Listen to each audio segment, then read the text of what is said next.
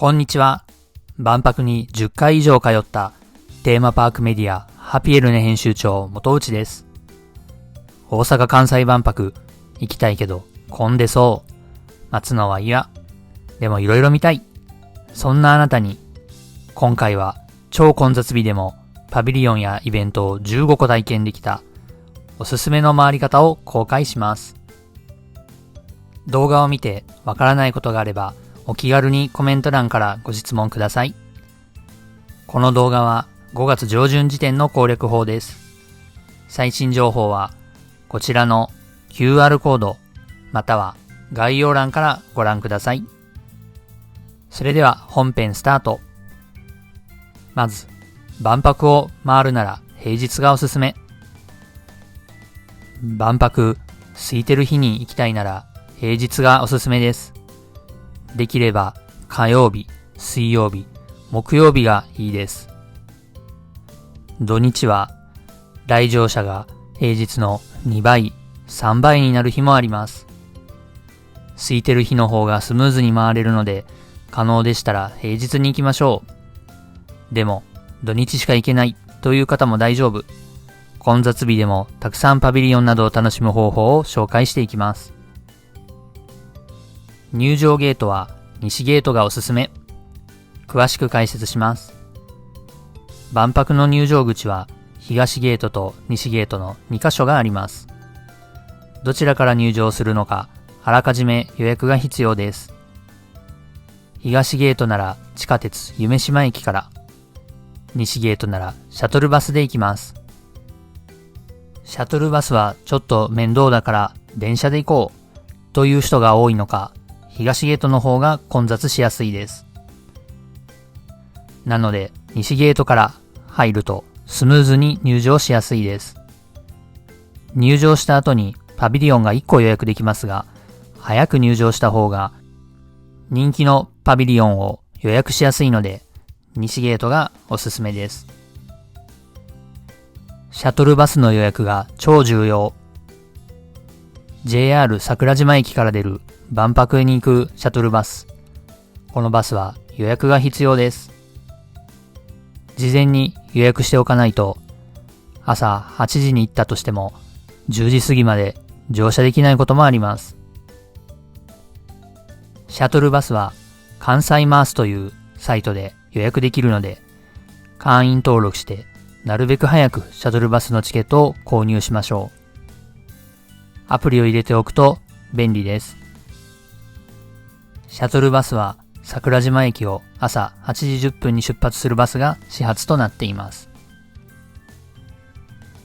効率よく回りたいけど、なるべく待ち時間を短くしたいなら、朝8時半に桜島駅に到着する電車で行きましょう。この時間なら5分ほど待ったらシャトルバスに乗れた日もありましたよ。人気パビリオンを体験するコツ。万博へ行く前日までにパビリオンを最大3個予約することができます。予約しておくとスケジュールが立てやすいですし、人気パビリオンは予約しないと体験することができないところもあります。最初の予約締め切りは来場日の2ヶ月と1日前なので、早く行く日を決めましょう。パビリオン予約のコツは、こちらの QR コードまたはコメント欄よりご覧ください。当選する確率を高くする方法などを紹介しています。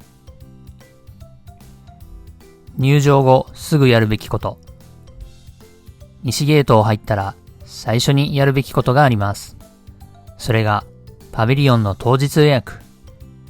入場ゲートで QR コードを読み込んでから5分から10分後に予約することができます。11時までに体験できるパビリオンを選ぶと、もう一つ当日予約できる可能性があるので、なるべく早い時間に体験できるパビリオンを予約すると良いでしょう。朝一に行くならここ。西ゲートから入場したら、まずはパソナネイチャーバースへ。朝なら予約なしでも30分以下の待ち時間で入れるかも。海外パビリオンも西ゲート付近は朝は空いています。ドイツ、イタリア、シンガポール、サウジアラビア、タイ、スペインに行くと15分以下の待ち時間で体験できるかもしれません。なお、パビリオンによっては9時30分から開館するので少し待つかもしれません。人気海外パビリオンを回るコツ。混雑日には待ち時間が2時間を超えることもあるアメリカパビリオンや待ち時間1時間を超える中国パビリオン。このパビリオンに行くなら朝一から11時頃までに並んでおきたいです。東ゲートに近いので朝7時半頃に夢洲駅に到着できるなら東ゲートで予約して朝一で行くのもおすすめです。また夜19時前も狙い目です。万博の人気メインショー青と夜の虹のパレードの開催前、開催中は各パビリオンの待ち時間が短くなります。このタイミングでアメリカパビリオンか中国パビリオンへ行くのもおすすめです。ただし、ショー終了後はアメリカパビリオン、フランスパビリオンなど待ち時間がかなり長くなります。他の人気パビリオンもお昼前後の待ち時間が長くなるので、その時間帯に海外パビリオンへ行くならコモンズがおすすめです。コモンズはたくさんの海外パビリオンを少しずつ体験できるパビリオンですが、建物が大きいのでスムーズに入ることができます。人気パビリオンは夕方以降に一気に回りましょう。夕方前に軽食などを食べて休憩し、夕方以降に備えておくのも良いでしょう。ランチのおすすめ時間。12時に食事をするのは避けましょう。この時間はどこも大行列です。私のおすすめは10時半のランチ。この時間ならほぼどこのレストランでもスムーズに入店できます。穴場のパビリオンなら貸し切りになることもあります。海外パビリオンは座席数が少ないので、食べたい国のレストランがあるなら早い時間に行くことをお勧めします。または15時以降にゆっくり行くのも良いでしょう。海外パビリオンによっては14時から16時はレストランがお休みしていることがあります。その場合は16時前に行くとスムーズに入店できるかもしれません。午後、夕方までの回り方。昼過ぎはどこも人が多くなりますが、焦らなくても大丈夫。おすすめはコモンズ A、B、C、D です。ここは建物の中に複数の国が入っていて、並ばずに入れる展示が多数。また、ほとんど毎日のようにエキスポメッセ、ワッセでイベントが行われているので、そちらもおすすめです。エキスポメッセ、ワッセのイベントは待つことなく入場できるイベントが多いので、混雑する時間帯はイベント会場へ行きましょう。どんなイベントが開催されているのかは、万博公式サイトか概要欄からご覧ください。また、大屋根リングに登って景色を楽しむのもおすすめです。混雑日でも快適に歩ける大屋根リングの上を歩いて、上からパビリオンを見ると、いろんな発見があるかもしれませんよ。お土産を買うなら、この時間帯がおすすめです。夕方以降は大混雑で、入店まで10分以上並ぶお店もあります。夜にたくさん回ろう。実は、夜は最大のチャンス。平日の20時前、通常は予約が必要なクエト館は10分待ちで入ることもできました。20時台だと通常は予約の必要な国連館はなんと待ち時間0分で入ることもできました。昼間に30分前後の待ち時間だったパビリオンも夜なら並ばずにスッと体験できますよ。ただし体験時間が長いパビリオンは20時になると受付終了してしまう可能性があるのでご注意ください。土日、混雑日の回り方。東ゲートを9時入場で予約していたら、朝は7時半に夢洲駅到着がおすすめです。トイレは夢島駅周辺だと大混雑するので、トイレはあらかじめ弁天町駅で行っておきましょう。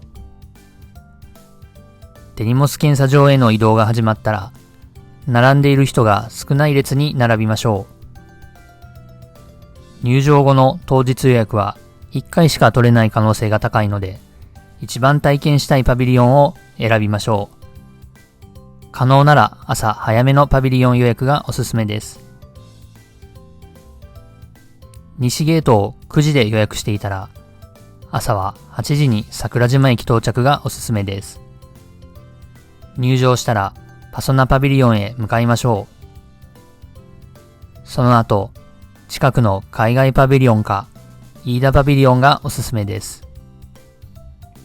どの海外パビリオンに行きたいのか、あらかじめ調べておきましょう。概要欄からも海外パビリオンのおすすめを紹介しています。朝のうちはリング沿いのパビリオンを回ると短い待ち時間で体験できるでしょう。お昼は無理せず休憩。体力を温存しましょう。イベント会場や大屋根リングを楽しんでもいいですね。そして夕方から一気にラッシュ。このような回り方で初日に15スポット。翌週の土曜日は16スポット体験することができました。子供と一緒に回るコツ、注意点。小さなお子さんと行くなら遊具ゾーンに注意。東ゲートから大屋根リングをまっすぐ突き抜けると、小さな子供なら遊びたくなる遊具エリアがあります。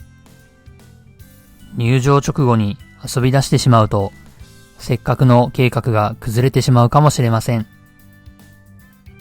楽しい遊具エリアは昼過ぎのパビリオンが混雑する時間帯に行くことをお勧めします。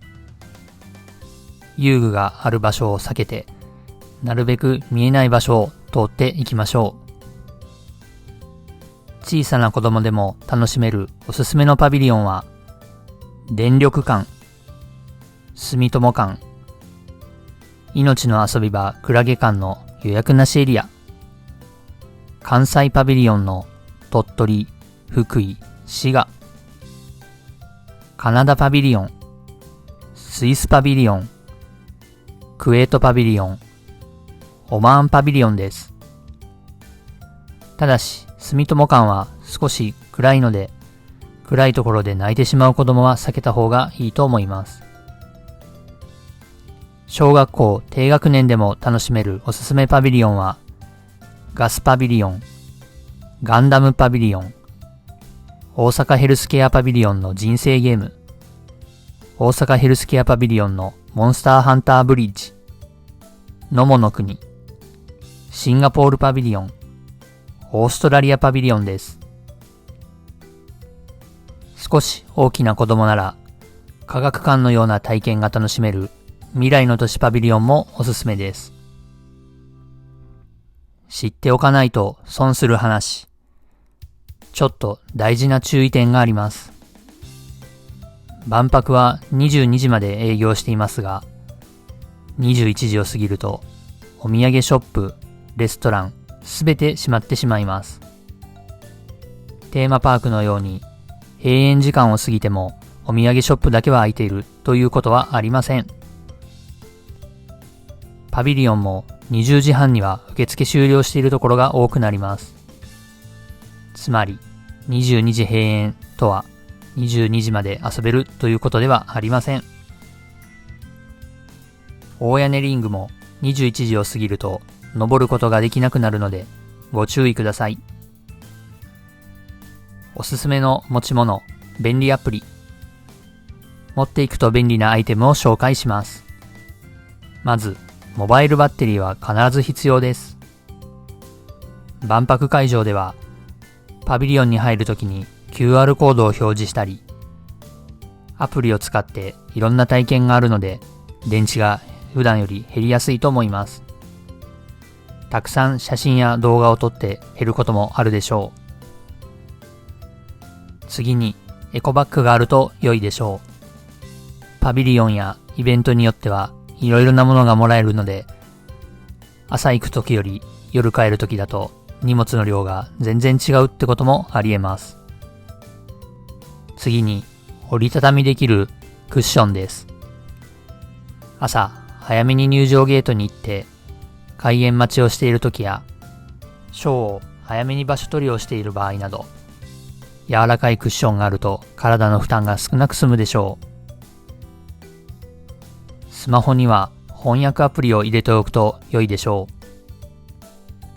海外パビリオンのスタッフの方は海外からいらっしゃる方も大勢いるので、日本語が話せない方が多いです。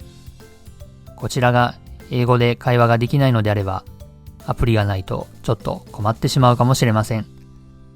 逆にアプリがあると楽しく会話ができるでしょう。そして必ず入れてほしいのがこのアプリ、エキスポ2025パーソナルエージェントです。このアプリは今いる場所から行きたいパビリオンまでのルートが簡単に検索できて、ルート案内が地図に出るので迷わず目的地まで行けます。